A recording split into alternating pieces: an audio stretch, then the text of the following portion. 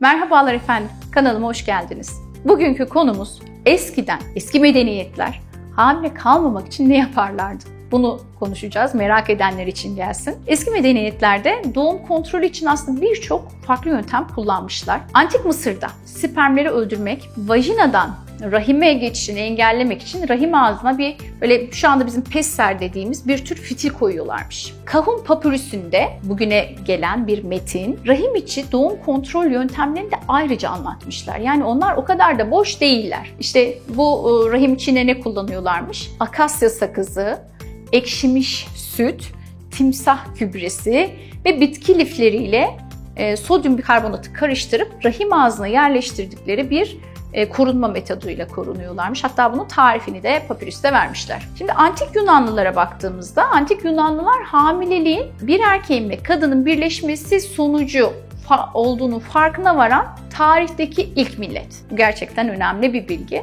Onlar nasıl korunuyorlarmış? Yarpuz bitkisini, sedef çiçeğini, yabani havuç tohumlarını, özlerini doğum kontrol amacıyla sıklıkla kullanmışlar. Ayrıca tuhaf bir şekilde o döneme özgü muskalar yazmışlar. Ay ışığında seksten kaçınmak gibi farklı yöntemlerde uygulamışlar. Çin'e gidelim. Eski Çin uygarlığında hamileliği önlemek için ne yapıyorlarmış? Şu anda aslında çok da toksik bulduğumuz bir uygulama. Kadınlar sıcak civa içiyorlarmış. Bariyer yöntemi olarak da yağlanmış bambu diskleri vajinaya yerleştiriyorlarmış. Evet, çok farklı uygulamalar gördüğünüz ve aslında çok da insanı ürküten şeyler. Fakat gebe kalma oranları ile ilgili bir çalışmaya ulaşamadım. Bilmiyorum ne kadar başarılılardı. Orta Çağ'a geldiğimizde, Orta Çağ'da da doğum kontrol yöntemi olarak daha çok geri çekmeyi, vajina içine bazı maddeler sürmeyi, bitkisel karışımlar sürmeyi, yerleştirmeyi, hatta bu muska büyüleri onlar da kullanmışlar. Şimdi birazcık yakın tarihimize gelelim. Yakın tarihte Yeni Çağ ve Rönesans dönemine bakalım. Onlar doğum kontrol yöntemleriyle ilgili nasıl korunmuşlar? Şimdi en aslında kayda değer ve gelişme o dönemde olmuş. Yani Yeni Çağ ve Rönesans döneminde ilk kondom bulunmuş.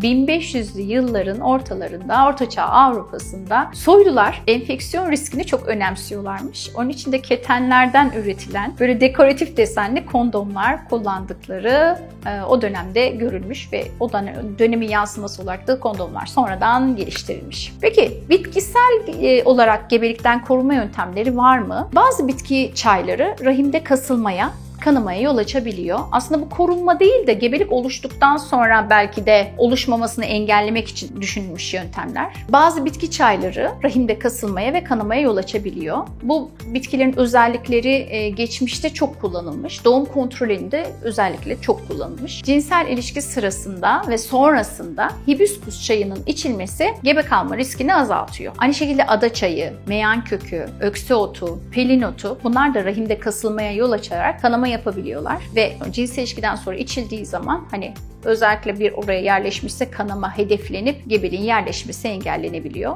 Bizim şu son dönemde özellikle çok daha önermediğimiz bir şey var. Hamile kadınlara özellikle böyle aşırı maydanoz tüketilmesini önermiyoruz ama kastettiğim böyle birkaç dal maydanoz değil, 4-5 demet yemesi lazım ki ancak rahimde kasılma yapsın ve düşüğe neden olsun. Bu bahsettiğim yöntemlerin hiçbirinin tıbbi kanıtı yok. Güvenilirliği yok. Etkinliği yok. Bilimsel olarak yeterli bir kanıt elimizde yok. Ondan dolayı da siz olun, etkin bir korunma yöntemiyle korunun efendim. Merak edenler için araştırdığım bu video gerçekten de benim de ilginç verilere ulaşmama neden oldu.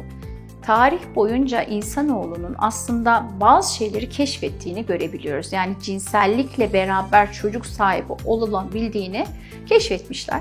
Ve buna yönelik de vajinaya diskler, kremler, bitkiler, penise ketenden yapılmış desenli kauçuk olmayan prezervatifleri kullanmışlar. Velhasılı şu anda bilimsel veriler eşliğinde kanıta dayalı olarak sizi koruyacak yöntemi hekiminizle beraber karar vermeniz daha doğrudur. Evet, desteklemek için belki hibiskus çayı içebilirsiniz, belki ada çayı içebilirsiniz. Ama unutmayın ki bunların kanıtıyla ilgili elimizde net bir veri yok. Yani ondan dolayı da korunma amacıyla kullanmayın. Hatta toplum içerisinde de şu anda yaygın olarak yapılan başka şeyler de var. güvercin kanadı koymak gibi, aspirin koymak gibi, vajinayı yıkamak gibi. Bunların hiçbiri bizim önermediğimiz, tavsiye etmediğimiz ve aslında sizin sağlığınıza zarar verebilecek uygulamalar. Siz olun, böyle şeylerden uzak durun efendim. Sağlıklı, mutlu, keyifli bir cinsel yaşam diliyorum. Bir sonraki videoda görüşmek dileğiyle. Hoşça kalın.